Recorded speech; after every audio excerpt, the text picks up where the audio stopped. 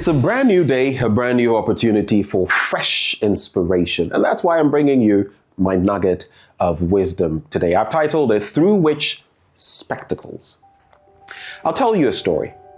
Many years ago in Scotland, the Clark family had a dream. Clark and his wife worked and saved, making plans for their 9 children and themselves to travel to the United States.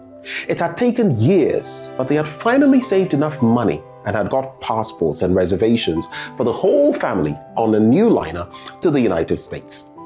Now, the entire family was filled with anticipation and excitement about their new life. However, 7 days before their departure, the youngest son was bitten by a dog. The doctor sewed up the boy, but hung a yellow sheet on the Clark's front door. Because of the possibility of rabies, they were quarantined for 14 days. The family's dreams were dashed. They would not be able to make the trip to America as they had planned. Now, the father, filled with disappointment and anger, stomped to the dock to watch the ship leave, without the Clark family, of course. The father shed tears of disappointment and cursed both his son and God for their misfortune. 5 days later, the tragic news spread throughout Scotland. The mighty Titanic had sunk. The unsinkable ship had sunk, taking hundreds of lives with it.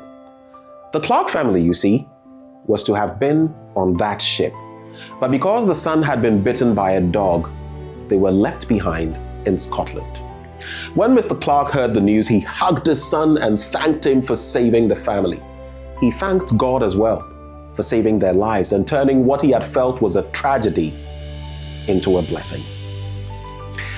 My dear friend, I titled today's nugget thus because our reactions to the happenings in our lives often reflect what is within our hearts and how we express that in our actions and reactions.